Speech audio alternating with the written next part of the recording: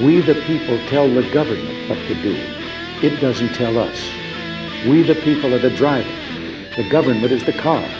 And we decide where it should go and by what route and how fast. Almost all the world's constitutions are documents in which governments tell the people what their privileges are.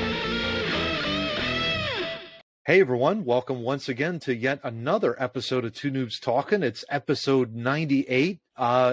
John, how you doing, man? What's going on? I'm good. I've got all this space now. Crazy. No, it's crazy, right? I mean, we have officially moved away from Zoom, which was our platform, and now we're on Riverside.fm. We're not sponsored by them, but we'll get a contract. We'll see. Yeah. But this is all brand new. Yeah, it's pretty freaking cool. Yeah. It's amazing. Yeah, we're wishing, of course, Steve Murray, we're going to flash his photo up on screen, just absolutely loving life down at the shore. But that's fun, Steve. What's going on, man? Hope you're having a great time down there in Ocean City. We miss you, but I know you're having a great time. I know it's well-deserved vacation, so hopefully you're doing well there, man. But John, what's going on, man? Episode 98 of Two Noobs. What's happening? Yeah. What's bacon, man? Yeah, damn, that's a lot of episodes. So many changes. So many changes so fast. I got a new studio, as people can see. Yeah. I do not look like I'm in a box now. No. And that will change. I mean, you're probably more spread out now, right? Wait, it's actually really funny. I'm staring at the Phillies game over there, but I'm also staring at all the stuff that used to be behind me is now in front of me. That's wild. Yeah, that's wild. Pretty interesting.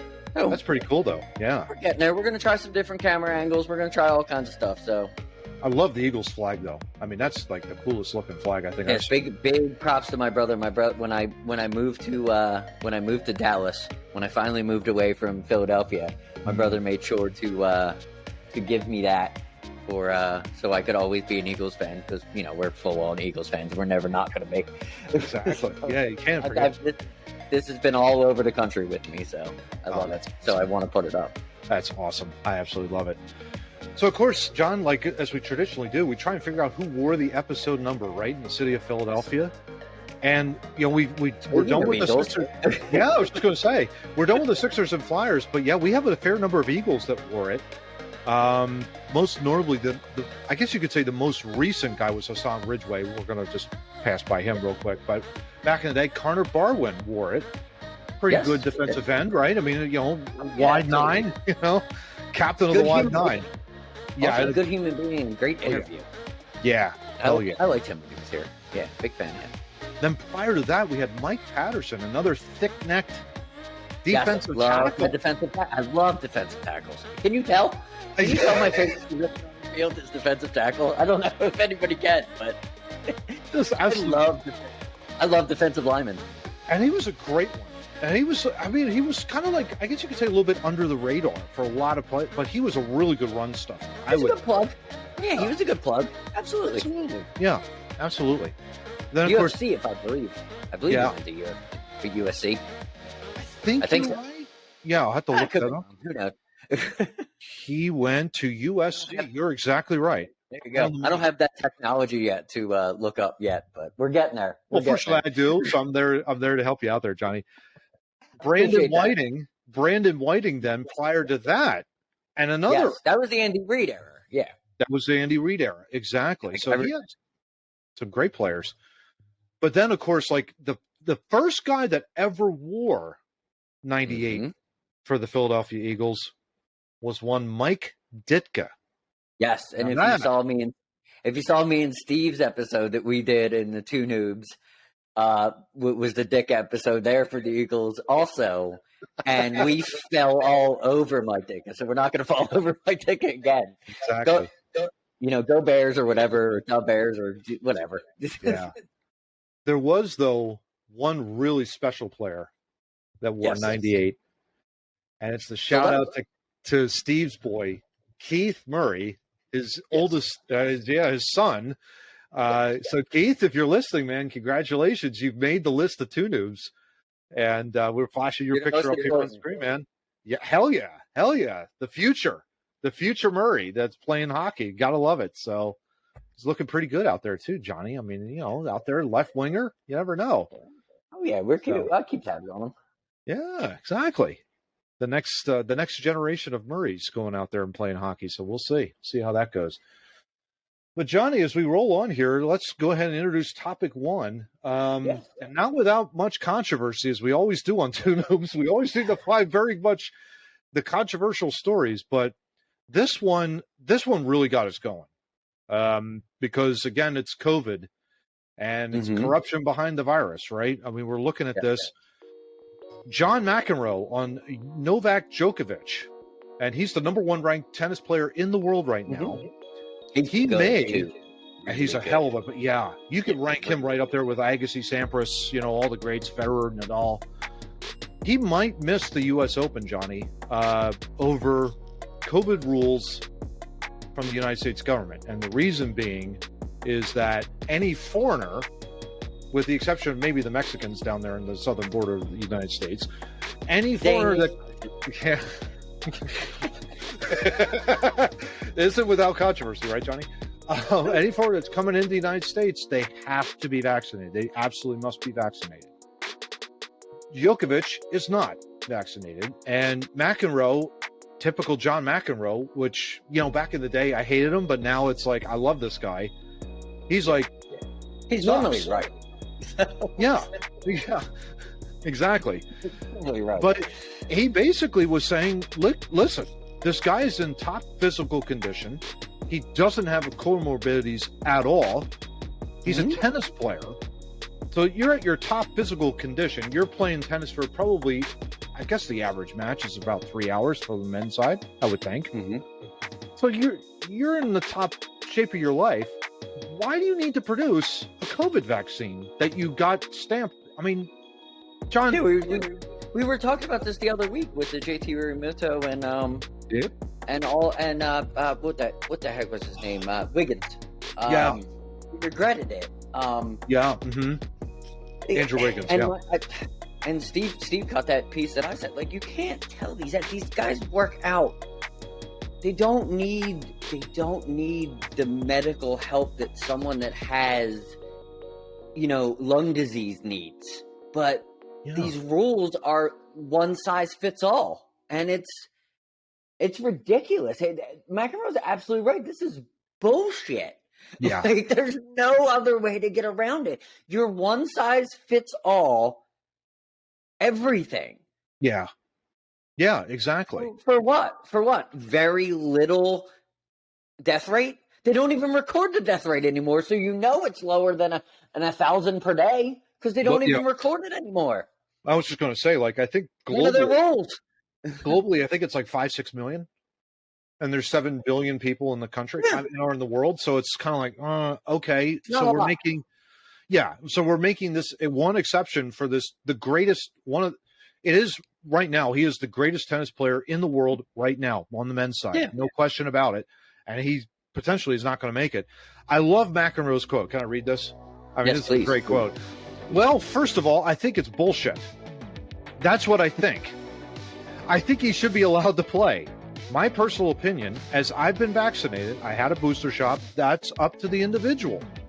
If I were him, and I'm not him, he's won a lot more majors than me, probably because he's dug in his heels and found the gear that very few people in any sport have ever found.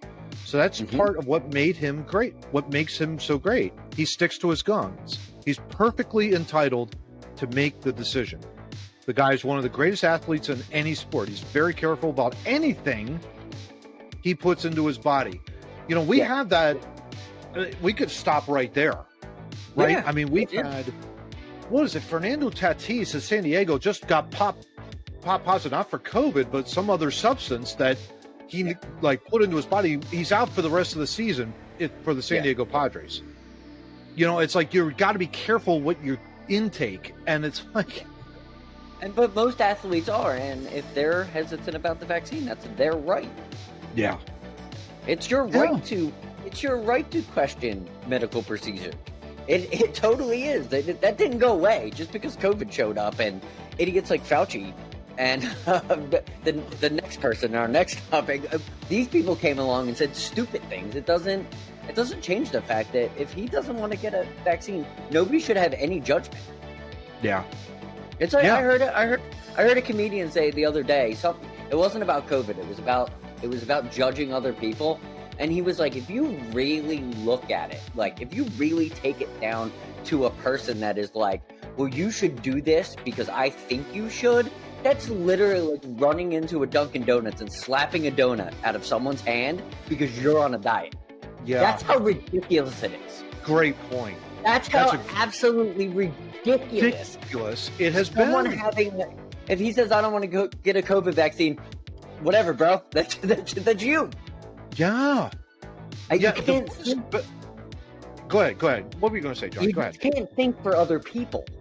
Yeah. And that's why I like that John McEnroe is coming out, because he's a high profile.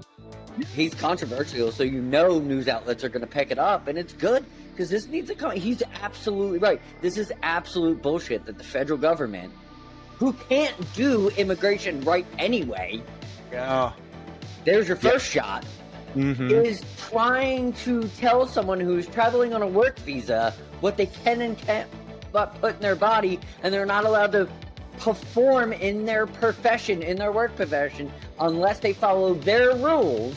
Yeah. It's extremely hypocritical. It sure is. And not only that, but it's the fact that I go back, he's in top physical condition, and it's not like when I've watched tennis matches, it's not like when they go and grab tennis balls from the ball boys. They don't run up to them and breathe on them and say, here, could you... The ball gets bounced to them, and they're 6 feet apart. So I don't want to hear any excuses at that point. Tennis is one sport where you could be COVID reliable while playing the game. It's not like it's basketball where you're rubbing up against someone, or football, or it's a little bit. It's kind of like baseball where there's not much close contact other than at home plate, but there's even less close contact on a tennis court. On a tennis court, yeah, exactly. McEnroe continues. It's frustrating to see at this point where we're sitting here and we're all having a great time at soccer games or whatever, but yet he's not allowed into the country right now because he's not vaccinated. It's really unfortunate, but that's the rules we really have to fight right now with the government. I don't agree with it, but it's C.S. Levy at the moment. Yeah. I mean, it's a great quote by McEnroe, and really the article we have here, it's really up to the government to change the travel policy that will allow Djokovic to come and play.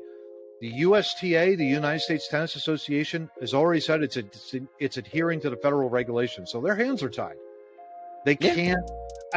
But that's my question. My question to them would be, are you able to then change those regulations? Maybe not the federal ones, but are you able to say, hey, look, as an exemption, what exemptions can they generate? That might be more of a question for Steve. Well, the rules are bullshit anyway, because they're not being enforced. They're not being enforced all the way. Yeah. They're being enforced where they want to be enforced, because like we just said, and I was just down on the border, it's not being enforced there. Yeah. Immigration is a joke in this country, and this is a prime example of immigration being a joke, because you're taking a 5-star athlete who probably has enough money to fly on a private jet, who probably can afford all the medication that he would need to prevent something like this, and you're saying, well, you can't come in the country unless you're jabbed. It's crazy. It's the only thing you can come up with. He's won 21 Grand Slam titles. Just to give you an idea of his resume, 21 Grand Slams. He won Wimbledon this past season, or this past summer. He also was unable to play at the Australian Open. He was actually deported, John. Well, that's a great point. That shows you how ridiculous the United States government is, because we're acting like people in Australia. And Australia is just a lunacy with the helicopters chasing people home. Yeah. Yeah. I mean, it really gets to a point where, to get beyond this, the science now is changing, evolving, I guess you could say now, to a point where there are all kinds of studies where the vaccines, despite the fact you get 2 shots, right? And you get boosted 2 more times, you still come down with this disease. Yes, it's mild. I'll grant them that point. Okay, I'll grant them that. But at the same time, it's kind of like, come on. you're still getting the disease despite being vaccinated. So what's the point? That's the whole point, is we got the vaccines so that we could get the herd immunity with the vaccines, and everything would work, and it would become what COVID has become now, a very mild virus that will run around, but it doesn't do much damage. It does some damage. The flu and it are very similar with the damage that it does. And we live with that. You're starting to see that the virus is doing what we thought the virus would do. Yeah. The people are not doing what we thought the people would do, because this is just asinine. Having COVID rules in August 2022, having any type of COVID rules after even the CDC pulled back the 6 feet, pulled back the quarantining, pulled back they pulled it all back. And the federal government is still, you still need a vaccine to come in. Makes no sense. No sense. Yeah. Yeah, and it's not only that, but it also affects the workplaces too. And we've talked about that, of course. So this thing should have been wrapped up a year ago. But they're dragging their feet. Yeah. Yeah. All right, John. Well, here we go with topic number 2. And, why don't we keep on the COVID train? I'd love to get off this train sooner rather than later, though. I'm telling you right now. Steve will be back next week, and we'll get off the exactly. exactly. Exactly. This one, abcnews.com article, Johnny, the Centers for Disease Control and Prevention. Okay. I'm sure you went there. The director there announced a shakeup citing COVID mistakes, Johnny. The head, Dr. Rochelle Walensky, of the nation's top public health agency, is shaking up the organization with the goal of making it more nimble. So it goes on to say here that basically the Centers for Disease Control and Prevention, is basically just doing a complete shakeup. They obviously completely dropped the ball when it came to COVID. It comes amid criticism of the agency's response to COVID-19, monkeypox, other public health threats. The changes include internal staffing moves and steps to speed up data releases. Dr. Rochelle Walensky said, quote, "I feel like it's my responsibility to lead this agency to a better place after a really challenging 3 years." End quote. John, did you know that the Atlanta-based agency has a $12 billion budget and 11,000 employees? Wow. And all they came up with social distancing. $12 billion. Surely. They came up with 6 feet is arbitrary. Yeah. Because 10 feet's too big and 3 feet's too small. The agency has long been criticized as being too ponderous, focusing on collection and analysis of data, but not acting quickly against new health threats. I would tend to agree. From everybody on Facebook that told me I was crazy when I was saying that in the early 2020s. I'd like an apology now. Yeah. Experts said the CDC was slow to recognize how much virus was entering in the United States from Europe, to recommend people wear masks, to say the virus could spread through the air, and to ramp up systematic testing for new variants. We saw COVID that CDC structures, frankly, weren't designed to take in information, digest it, and disseminate it. That sounds disgusting. Yes, it does. It really does. So let's talk about this, Johnny. Obviously, the Centers for Disease Control and Prevention, has long been criticized here on Two Noobs ever since you and I really started the podcast. I wouldn't be shocked if they were criticized all the time, even before us, because it's a ridiculous organization that doesn't do it. It really is. Like it's a government entity. When you have the name Centers for Disease Control and Prevention, control and prevent, right? I mean, that's your main task, is to try and prevent, or at least limit the amount of disease that does happen. Now, people get sick all the time. You're never going to stop everything. No, but for crying out loud, like this pandemic really caught everybody there flat-footed. Flat-footed. Mm-hmm. Like what do we? I guess my question to you would be, what do we try and do? Do we abolish it? I don't think we abolish the CDC. No, you need to reform. Everything needs to be reformed every couple years, especially if it's government. It needs to be reformed because first thing you get in government work is you get tenure, you get comfortable, and then you don't have to work that hard because the government is designed for that. It's not like the private sector. It's designed differently. Yeah. What you need is Jacobs. You need, to be honest, putting someone in charge with a term limit. I talk about this with politics all the time. I think that should work in the CDC. It should work in the NIH, whatever Fauci runs. Absolutely. Anything that's funded by the people, there should be term limits. I totally agree. That's like my only way to solve that. I think would solve this problem is you need a new face.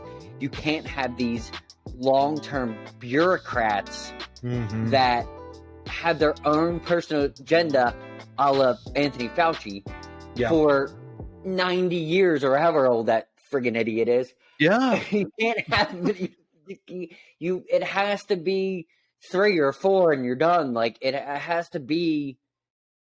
I preach. It's my thing. I've preached to you a million times, Matt, with the Senate and the Congress, where there need to be term limits.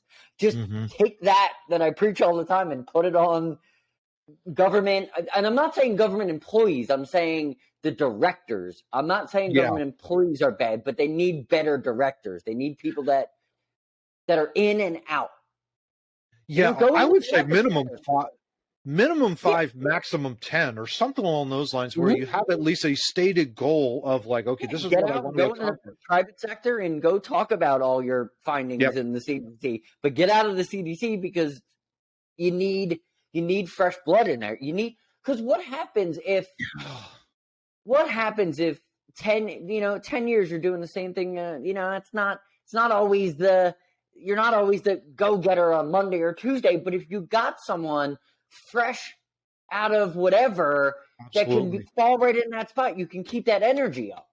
And that's what you need in things like this.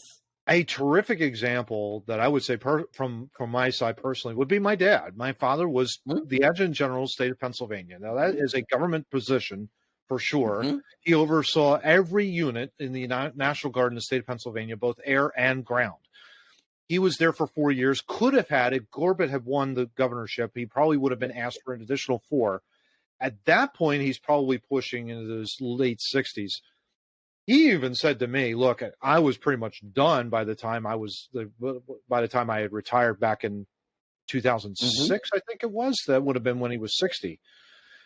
For him to come back, he was 64 to 68. And then it was like, if he did another 4 years, he was pushing to 72. He said, at that point, I'm sorry, I'm out the door. I don't want to do this anymore. And I thought that is exactly the mindset you need to have, to your point, with Fauci. Fauci's been there 45 years in the national, whatever it's called, NIAI, whatever it is. National There's Institute. Something to do with allergy, infection, and something else, Exactly. The National Institute of Allergy and Infectious Diseases. That's what it is. Fauci has pissed me off so much, I can't even remember. But your point's right on the money. The fact that he's been there for 40 some odd years, like, dude, come on. I mean, at some point you have to let it go. You got to retire. And it's like fresh blood and new ideas and thinking is needed. I completely agree with you. You're seeing this with the CDC right now because she's new. Yep. And I give her credit. They're going to make some changes, and that's what you need. You need this every couple years. Asking of what can we do to change it? Yeah, we'll get out in 4 years and get someone else in there to make more changes. Exactly. That's the thing. I think I'm giving Walensky the benefit of the doubt here. If she's able to institute a culture, she wasn't in charge. Exactly. If she's able to do it in a 4-8 year span, where it's like, this is our succession plan, this is what I want to have done. And again, I'm all in favor of Lean 6. If you're able to Lean 6 that sumbitch, talking with the CDC, I'm all in favor of that. Oh yeah, because it is about getting the data out quickly, but also having the discussions internally to say, okay, this is what we need to have done, rather than just throwing a blanket statement. And I think that's what killed their reputation. Their reputation was like, everything, right? Everything was going to be blanket statement. Not everything was going to be like, not everything's the city of Philadelphia or the city of Dallas. People change. But, you know, there are people that move all the time, all that kind of stuff. You can't just restrict it, that kind of a deal. So we'll see. But hopefully, cross some fingers, right? That's all we can do at this point. You know, John, I kind of like the countdown here when it just flashes on screen. You don't see it, of course, when we're doing the recording. So this is really cool. Riverside, big time thumbs up. In any event, John, topic 3. It's crazy. It's like, what's happening here? This is a typical Zoom call. Yeah, exactly. Yeah, this is step up here. But John, speaking of, I guess you could say a lack of stepping up, this is a very interesting article here from NPR. Topic 3, the idea of quiet quitting. This is wild. This is apparently there was a TikTok video that was posted in July by a user that apparently went viral. 8.2 million views. Boy, I really wish we could have that. Maybe we will one day. The Two Noobs talking, but this got a lot of like positive feedback from a lot of folks on TikTok sharing their own experiences. Quiet quitting has been deemed a response to hustle culture and burnout at work. It basically says employees are quitting, going above and beyond, and declining to do tasks that they are not being paid for. And so their rationale of this is basically the idea of the quote-unquote quiet quit is you're done at 5 o'clock. You're only doing your assigned tasks given by your manager. You're spending more time with your family. These are some of the common examples used to define the latest workplace trend called quiet quitting. Now, quiet quitting, though, I don't understand. Everybody is fully capable when work is over. I've really never met managers that are like, you can't take vacation, you can't go home, you can't spend time with your family. Like, I don't know. Maybe it's the narcissistic society that everybody thinks that they're the best at everything. So maybe this is where quiet quitting's coming from. If you want to clock out at 5 and go hang out with your family, I don't think anybody has a problem with that. The one thing I can see the way this article's written is people are saying that, but still expecting that they're going to get all the perks of the job for going above and beyond, even though they're not going above and beyond. Yeah, and that's where it's kind of weird. Like, I don't expect to get a pat on the back because I do my job. Yeah. I do expect to be patted on the back if I go above and beyond. Heck yeah. That's the difference right there. Yeah, exactly. And I think that's where it really comes to fruition. If you go above and beyond and you don't get thanked for it, then you start kind of going like, what do I have to do? Do they really care? Yeah, I can understand it. But I still don't consider that quitting because you're still meeting your requirements of employment. You are working your shift and you are going home. Yeah, and guess what? If you're the idea that's perfect. If that's what you want to do that. Yeah, if that's a talk to your manager. To be perfectly honest, if you feel underappreciated, talk to your manager. Don't be a dick. You know, to be perfectly honest, don't hide it. Don't bottle it. You have the right to go to your manager and talk. You have the right to go to HR and talk to somebody in HR if you have a problem. Absolutely. They can't fire you for having an opinion. Exactly. This is a great article here from NPR. Ed Zitron, who was basically he's a media consultant. He runs a media consulting business. He believes the term stems from when companies exploiting their employees' labor and how these businesses benefit from a culture of overwork without additional compensation. See, now that right there, if that's happening in a business, you have every right to get the hell out of the business, but while remaining productive. That's the big difference. I recently, in my job, Johnny, the company I work for, we had someone that basically was being approached in the accounting department and saying like, hey, is there anything we can do to help? We noticed that your productivity is sliding just a little bit. Is there anything we can do to help you? to train. Next day, out the door. Like she up and Wow. quit.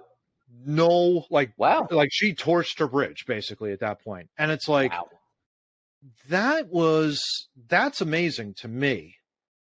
Like, here's a company that's reaching out to someone in their organization and saying, like, we're noticing you're slipping here. Yeah, how can we help? How can we help you?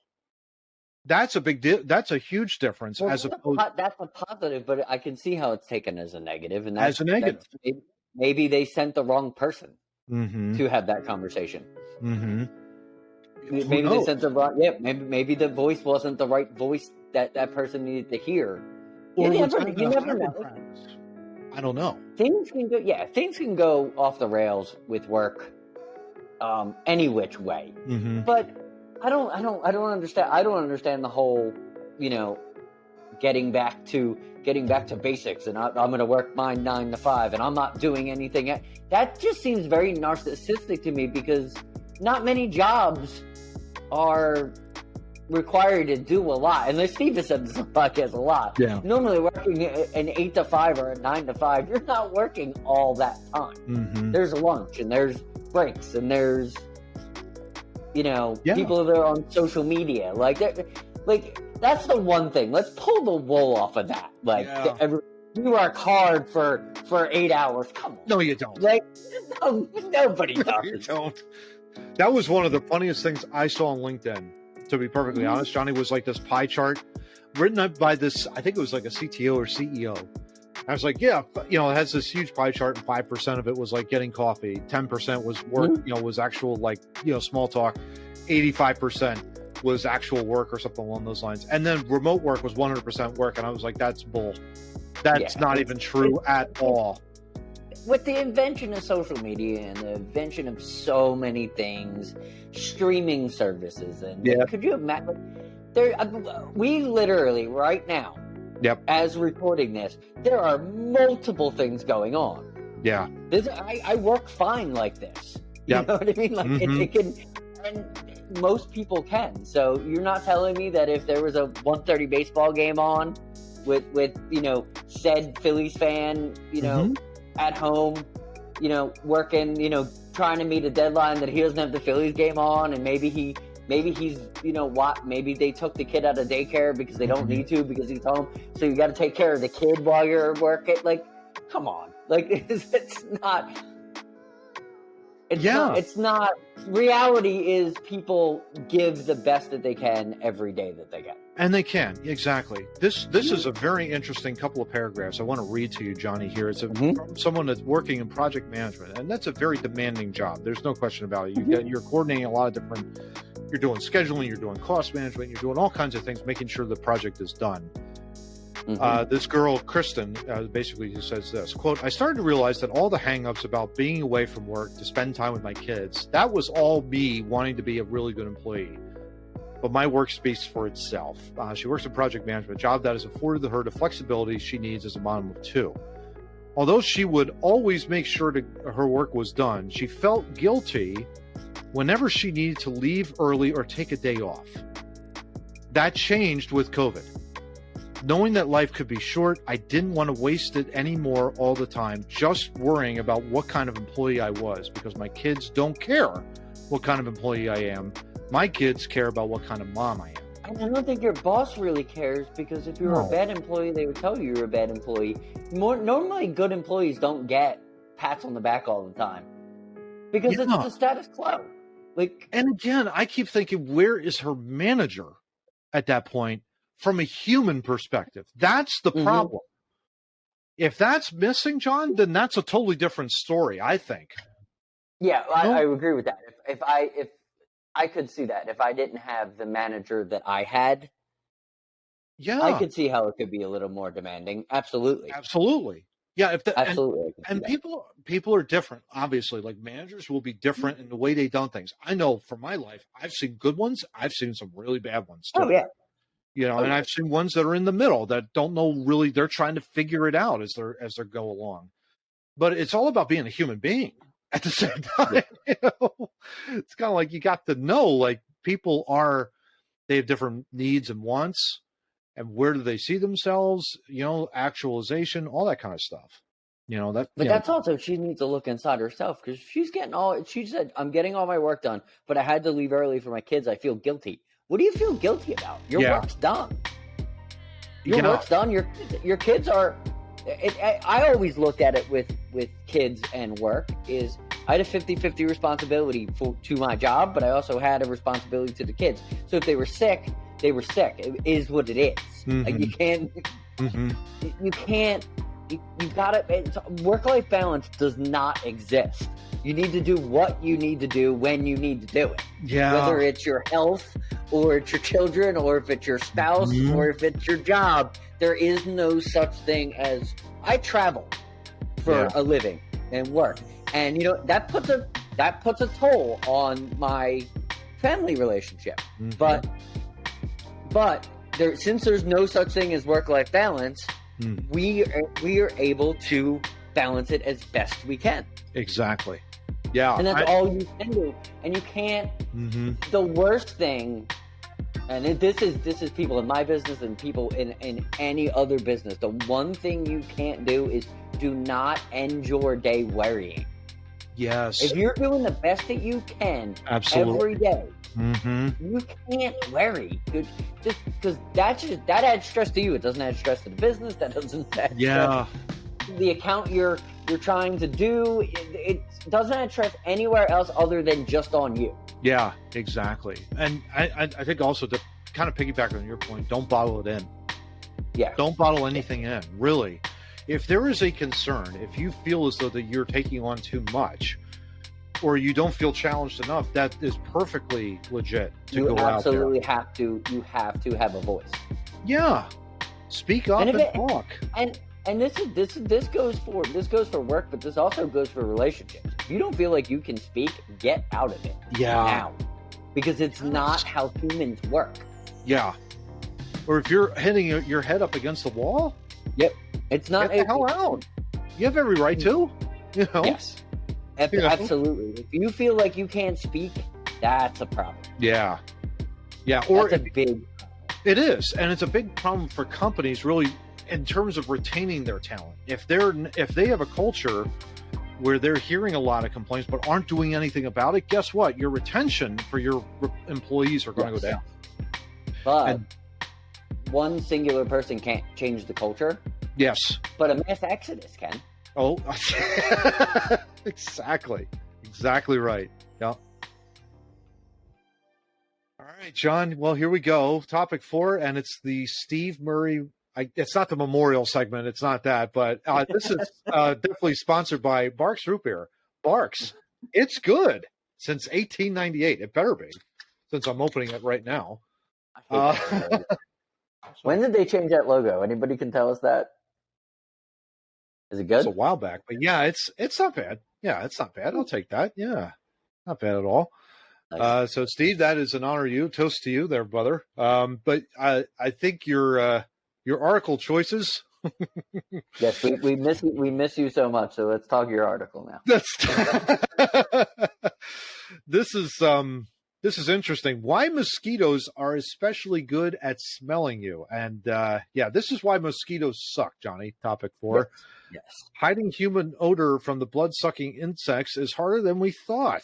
And it's true, because I was out on my patio, Johnny, why, just this last couple of days, and I have this whole, I think it's like the tiki torch, so I have like these small little tiki torches, that give off an impressive amount of citronella. They still hang around. It's like, hitting me with this. Yep. It's like, oh my gosh, it's killing me. Some mosquitoes have a near foolproof thirst for human blood. Previous attempts to prevent the insects from tracking people down by blocking part of mosquitoes' ability to smell have failed. Yes. Great. A new study hints it's because the bloodsuckers have built-in workarounds to ensure they can always smell us. So they're aliens, is what you're trying to say. Yeah, exactly. They are. Look, that looks like he's from a planet, not this one. Yeah, I guess I'll flash that picture of that mosquito on screen. Why not? Just extra ugly. Yeah, it's just Not like I want to, but I'm just. John, the study provides the most detailed map yet of a mosquito's sense of smell and suggests that concealing human aromas from the insect could be more complicated than researchers thought.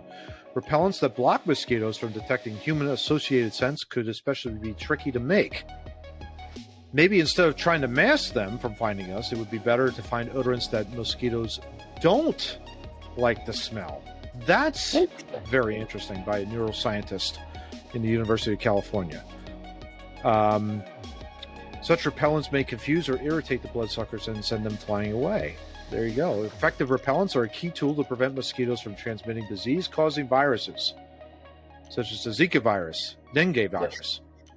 Mosquitoes are responsible for more human deaths than any other creature, said Olivia Goldman, a neurobiologist at Rockefeller Center in New York City. The better we understand them, the better we can have these interventions. That does not help my fear of mosquitoes. No. Right there. Yeah, you and I think, are prime candidates for them. I have a flat-out fear of mosquitoes. I don't want to be... a mosquito bite to me is like, it's the worst.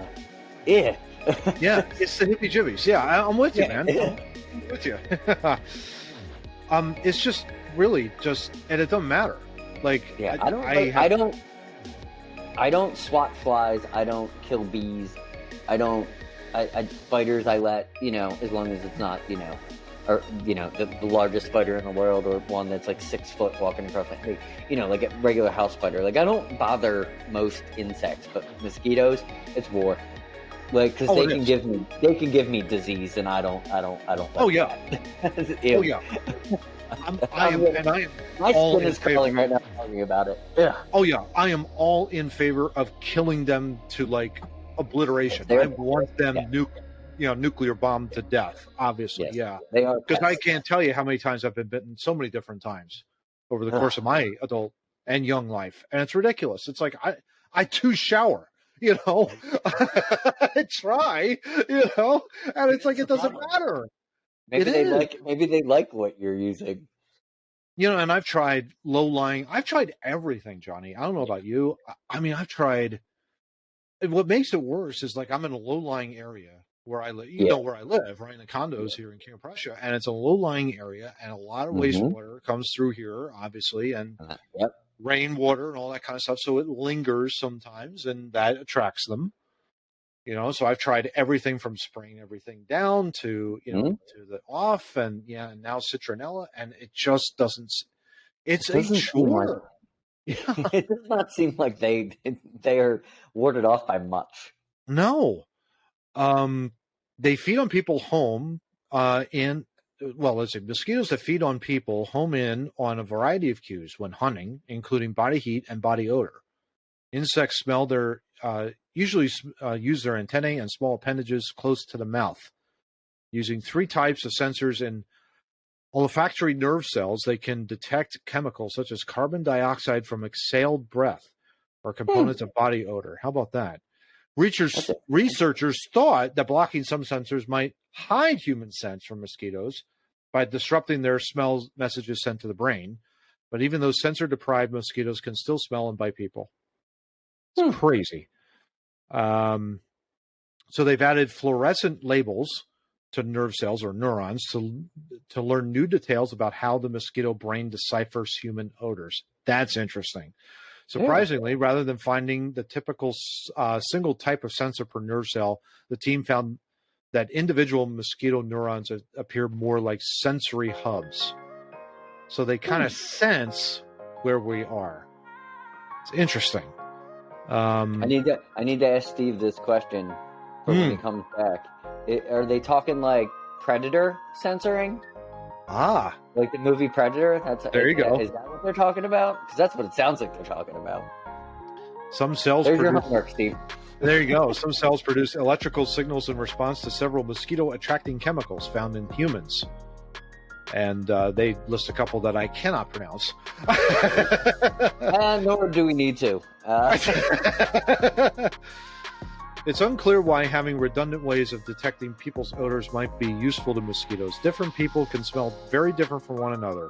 Maybe this is a setup to find a human regardless of what variety of human body odor that human is emitting, said co-author Meg Younger, a neurobiologist at Boston U. So maybe they're on the case, Johnny. Yeah, maybe they're on the case. Yeah. You know what? Just, I don't think there's any way to. Hopefully, we'll be able to. We can't. They have their place in this world. Apparently, mosquitoes. No, they don't. There has to be some kind of repellent that'll keep them from. The problem isn't just the individual bite; it's the diseases that they carry, and they're really good at making diseases. Yeah, jump from tribe to tribe and place to place, and that is the biggest problem. Oh, no question. Yeah, no question about it. I mean, just yellow fever, malaria. You name it. The Zika virus, the one I don't even know what that one is. Never even heard of that. Of course, like you're thinking, like Corona, and it's like, could they carry the coronavirus? Who knows? But I mean, well, Fauci will tell you if they can, even if they can't. So remember that. Yeah, it's just it really is. They're such an annoyance too. They buzz around and they are difficult to swat. I can tell you, because it's usually like that, and it's like, oh crap, it's like you miss it, and it's like, damn it. But then when you get it, it's so satisfying, so incredibly satisfying. I'll tell you a fun little story. There, when we lived in Dallas, we had huge vaulted ceilings. I mean, talking like 22 feet, like in our living room. It was a beautiful apartment that we lived in, and we had a house spider. Had a nice little web. I mean, for what we were there for a year, so he was handling that corner very well. I mean, it looked beautiful, and it was so high up. Why would you even bother him? Mm-hmm. We had a mosquito that was flying around, and we were trying to kill it, but we didn't have to because it flew and it got stuck in the web, and the spider handled it for us. Love it. He could stay. What I need, Johnny, more of actually is dragonflies. They eat mosquitoes, and they are terrific.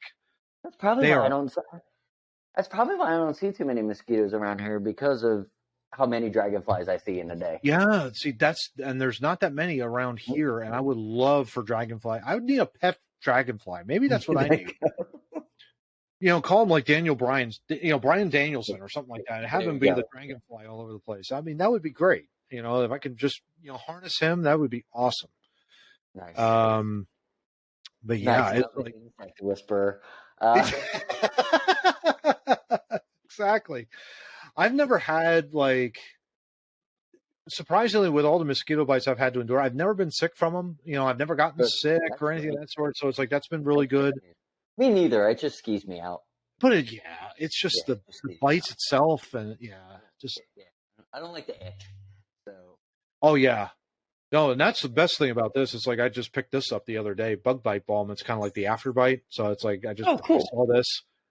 It was out. It was not in CVS. It was in the Wegmans over the store. So it's like, oh, okay. Went and just bought a couple of those things. So I have them, and for a couple of years. So it's like, that'll be cool. Good. So I'll be happy about that. But yeah, exactly right.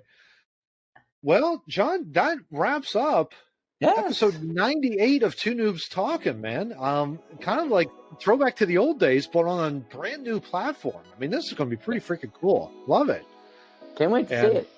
Yeah, it should be a lot of fun. Should be absolutely a lot of fun seeing the new audio and the new video. We'll see how it all goes out. But yeah, it's great to be able to sit and chat with you for a few minutes, and having a lot of fun. It's a pleasure. Thank you. Absolutely. So where can people find us on the socials? Shameless plugs. Steve's on vacation, so probably nowhere. But normally what happens is we're on Facebook Reels, TikTok, regular Facebook, our Two Noobs page. If you don't follow us on Facebook, follow our Two Noobs page, because we put short videos there. We put it on Reels, we put it on TikTok, we put it on Clapper, Instagram Reels, and Twitter. Heck yeah. And that leads us to... Yeah, that's our main YouTube channel, the Two Noobs Talking Podcast. Of course, love it if you like, share, subscribe, and get notified when our episodes drop. Wednesday, 7 p.m. Eastern. On the audio side too, we're also proudly hosted by Podbean. We're going to do a massive episode catch up because we definitely need to do that. Podbean puts us out everywhere. So, it gets us out everywhere, right? Get your podcast. iHeartRadio. Shout out to Glenn. We're on Spotify. We're on Apple. We're on a bunch of other things that I don't know. Google Podcast. You can we're Googleable, so you can type us. You can type Two Noobs, TWO or TOO. It doesn't matter. Into Google, and it will take you somewhere. We're easily found. Yeah. Exactly. Well, that's it, Johnny. Episode 98 in the books. It's on to 99, the Wayne Gretzky episode. Thank God. I can't wait to talk about that dude forever. Yeah, that'll be topic 1, I think. Yes, but until then, one of my favorites of all time. Absolutely.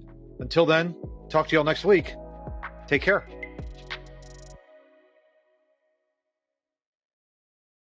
If you don't read the newspaper, you're uninformed. If you do read it, you're misinformed.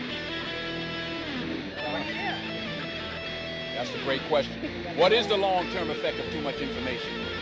One of the effects is the need to be first, not even to be truly informed.